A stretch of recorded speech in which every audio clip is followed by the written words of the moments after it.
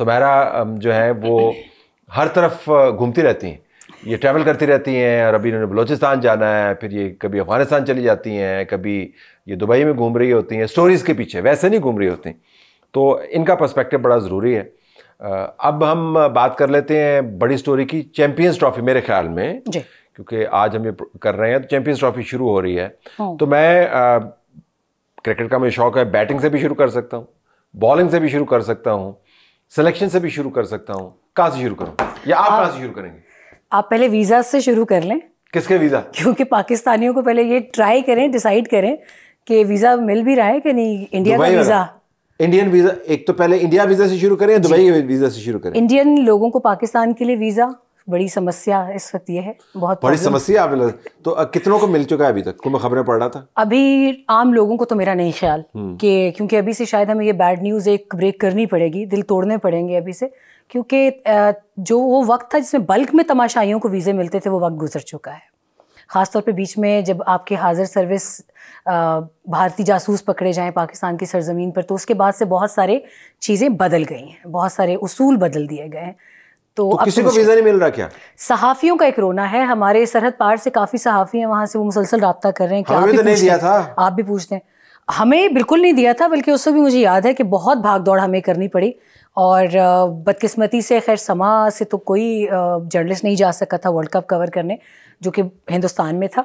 लेकिन अभी भी ये कहा जा रहा है कि फिर भी थोड़ा बहुत रहमदिली का मुजाहिरा किया जाएगा पाकिस्तान की जानिब से, चंद एक को वीज़ाज़ दिए जाएंगे, क्योंकि उन्होंने भी गालिबन 10 सहाफ़ियों को, पाकिस्तानी सहाफ़ियों को, तो दुबई जाए ना, तो पाकिस्तान क्यों आना चाहते हैं? तो दुबई का वीज़ा पाकिस्तानियों के लिए वही हैसियत है जो हमारे लिए। लेकिन ये इंडियन जो है दुबई जाए ना, वहाँ पे उनके मैचेस सारे वहाँ पे है, तो पाकिस्तान क्यों आना चाहते हैं? देखिए, पाकिस्तान से उनको लाहौर की वजह से बहुत लगाव है, या आप माने या ना माने।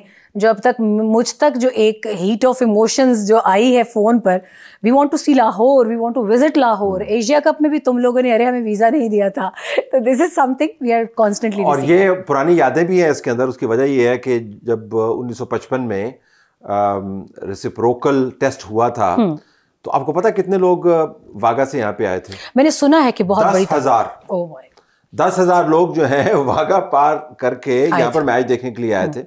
जनरल परवेज मुशर्रफ के दौर में, जरा फास्ट फॉरवर्ड आप कर दें तो आपको पता है वीजे मिल जाते होते थे, बल्क में वीजे मिल जाते होते थे। यही हैरत की बात सबसे बड़ी यही है। लेकिन बीच में कश्मीर पर भी तो उन्होंने दोबारा कब्जा करने की कोशिश की ना, फिर थ्रेटन करते रहते हैं, फिर दहशतगर्दी फैलाते हैं। तो कहने का मकसद ये है कि हम पीपल टू पीपल डिप्लोमेसी अपनी जगह पर, खेल की डिप्लोमेसी अपनी जगह पर, लेकिन रियासत की पॉलिसी जो है वो अपनी जगह पर। मेरी पॉलिसी इंडिया के हवाले से है बहुत सख्त। आई डोंट नो आपका क्या ख्याल है कि ये नर्म होनी चाहिए? नहीं, स्पोर्ट्स का एक ओकेजन है, चैंपियंस ट्रॉफी है। अगर आप थोड़ा सा दरवाजा खोल दें। स्टेट पॉलिसी यहाँ पर हमारी बड़ी वाज़ेह है कि हम स्पोर्ट्स के ऊपर पॉलिटिक्स नहीं करते। अरे हमने स्पोर्ट्स के ऊपर बहुत पॉलिटिक्स की तो है। ज़ियाउल हक साहब का आपको दौरा याद नहीं?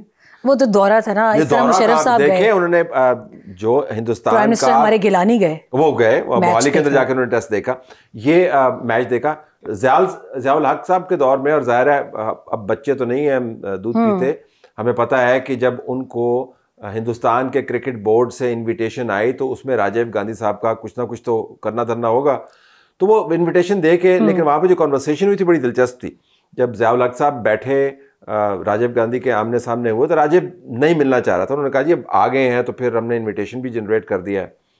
तो ज़ियाउल हक का जो पहला जुमला था उनके बारे में, वो ये कहा था कि राजीव आप कर लें पाकिस्तान पर हमला, और फिर आप देखें क्या होगा कि दुनिया हिलाकू खान को, चंगेज़ खान को भूल जाएगी, राजीव गांधी और ज़ियाउल हक को याद रखेगी, क्योंकि ये न्यूक्लियर होलोकॉस्ट होगा।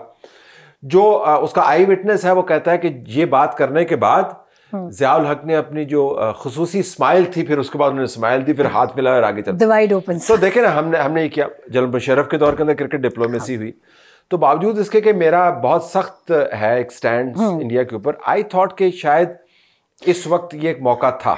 देखिए, अगर आपकी स्टेट इसके ऊपर बहुत हार्ड एंड फास्ट जाती तो वो अभी जो भारत में वर्ल्ड कप हुआ उसमें ना जाने देती, मगर उसमें पोटेंशियल थ्रेट आया था आपकी टीम को कि हमला किया जाएगा, उनको मारा जाएगा। आई थिंक वो जो उनकी एक बहुत वायलेंट तंजीम है जिसको बाल ठाकरे लीड किया करते थे, अब उनके साहबजादे हैं गालिबन, और आरएसएस की जानिब से नीड्स नो इंट्रोडक्शन। लेकिन फिर भी आपने अगर अपनी टीम को भेजा है तो फॉरेन ऑफिस, क्योंकि हम कवर करते हैं, उसमें 3 बार स्टेटमेंट इशू की गई फॉरेन ऑफिस की जानिब से। Then spokesperson Mumtaz Zahra Baloch, और फिर एक्सक्लूसिव भी उन्होंने समा से बात की तो उन्होंने कहा नहीं, ये खेल के ऊपर हमारी वो सरिश्त नहीं है कि हम इसके ऊपर पॉलिटिक्स करें। तो इसके ऊपर भी बल्कि आप बताएं, आप खुद डिप्लोमेसी कवर करते रहे, टिट फॉर टैट होना चाहिए कि नहीं, हम भी वही जबान में जवाब दें? आपने मुझे मुश्किल में डाल दिया, क्योंकि मैंने आपको पहले बता दिया मेरी जो पॉलिसी है उसके ऊपर इंडिया के ऊपर बड़ी सख्त है, लेकिन मैं आपकी जबान अभी आईसीसी भी तो बोल रहा है ना। हाँ, लेकिन मैं ट्रैक जो बात आपने की है, आईसीसी ने कहा कि अगर दोबारा ये होता है पाकिस्तान भी नहीं, बल्कि आई थिंक 2027 तक पाकिस्तान नहीं जाएगा। जी बिल्कुल। तो लेकिन ट्रैक टू डिप्लोमेसी के अंदर चूंकि मैं इन्वॉल्व रहा हूँ, मेरा मानना ये है कि अगर आपके पास रियासती पॉलिसियां इतनी सख्त हो गई हैं तो खेल के मौके और इस किस्म के दूसरे मौके आपके लिए छोटे छोटे दरवाजे खोल सकते हैं।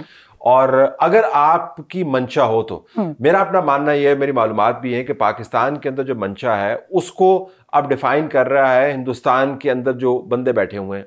पहले दोनों तरफ से आपको मंशा नजर आती थी, अब उधर से मंशा नजर नहीं आती, उधर से आपको एक कैंपेन नजर आती है। तो लिहाजा इनका मानना यह है, पाकिस्तान के एस्टेब्लिशमेंट का मानना यह है कि भाई जब वो उधर से हमारे साथ ये कर रहे हैं तो पंजाबी में कहते हैं कि साड़ियाँ बावं तो नहीं आंकनी है। मेरा मतलब है कि हमने जाकर उनको जफा तो नहीं मारना।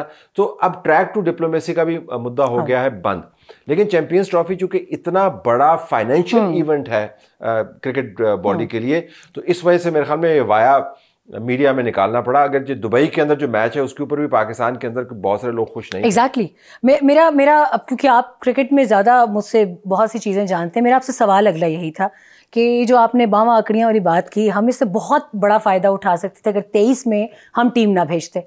हमने भेज दी, हमने तो अपना तुर्क का पत्ता गंवाया है ना। अगर हम ना जाते, फाइनेंशियली डैमेज होता हिंदुस्तान को, हमने क्यों भेजा टीम को? कोई ऐसी सख्ती तो नहीं। देखें, मेरे ख्याल में जो स्ट्रेटेजिक अंडरस्टैंडिंग है वो यही है कि आप अपने माहौल को एग्रेवेट ना करें। अभी जो आप थ्रेट सिनारियो देखेंगे उसके अंदर आपको 3 नहीं 4 तहों की थ्रेट्स नजर आती हैं। अफगानिस्तान भी मौजूद है, हिंदुस्तान भी मौजूद है, और फिर आर्मी चीफ ने यह भी कहा है दोस्तनुमा दुश्मन, तो तीसरा वो हो गया, दहशतगर्दी अंदर खाने होगी, अब ट्रंप का मामला अलग चल रहा है। तो 5 तहें हैं। इसके अंदर अगर आप एक आध महाज को थोड़ा सा ठंडा कर लें अपनी तरफ से, एक हल्का सा जैसे दे दें, कोई बुरी बात नहीं है। तो मेरे ख्याल में वो उस तनाजर में था। लेकिन चूंकि आगे से उसका जवाब नहीं आया और उधर से कैंपेन वही चलती रही चल रही है, तो मेरे ख्याल में इस मरतबा उन्होंने सोचा कि जी हम ट्रॉफी के लिए तो ये मैच फिक्स कर सकते हैं वेन्यू के तौर पर दुबई, लेकिन वीजा पॉलिसी बड़ी सख्त होगी। मगर प्ली तो वो यही लेते हैं कि हाइब्रिड पॉलिसी आप ही लोगों की लाई हुई थी। हाइब्रिड पॉलिसी बिल्कुल सही कह रहे हैं, उन्हीं की। Now they are trying to give us the same medicine. लेकिन आप ये बताएं ना, तो ये तो हम हिंदुस्तानी साफी यहाँ पे आए ना आए, चले वो अलग बात है। वो हमारा मैच है दुबई के अंदर, तो हमारे अपने वीज़ों की क्या पोजीशन है जरा वो बता देना मुझे। तो आपसे पहले दुखती रगी छेड़ी थी कि पहले अपने जरा वो करतूत है उनकी भी बात कर लें। तो अगर वो उस पर बात करेंगे फिर आप कहेंगे कि अब we are taking it too far, लेकिन we have to take it too far. जो यूएई की तरफ से पाबंदियां हैं, ऑल्दो कि they are responding to journalist in a very decent positive manner, but there is something at the depth of this issue. पाकिस्तानियों ने उनको बहुत ऑफेंड किया हुआ है।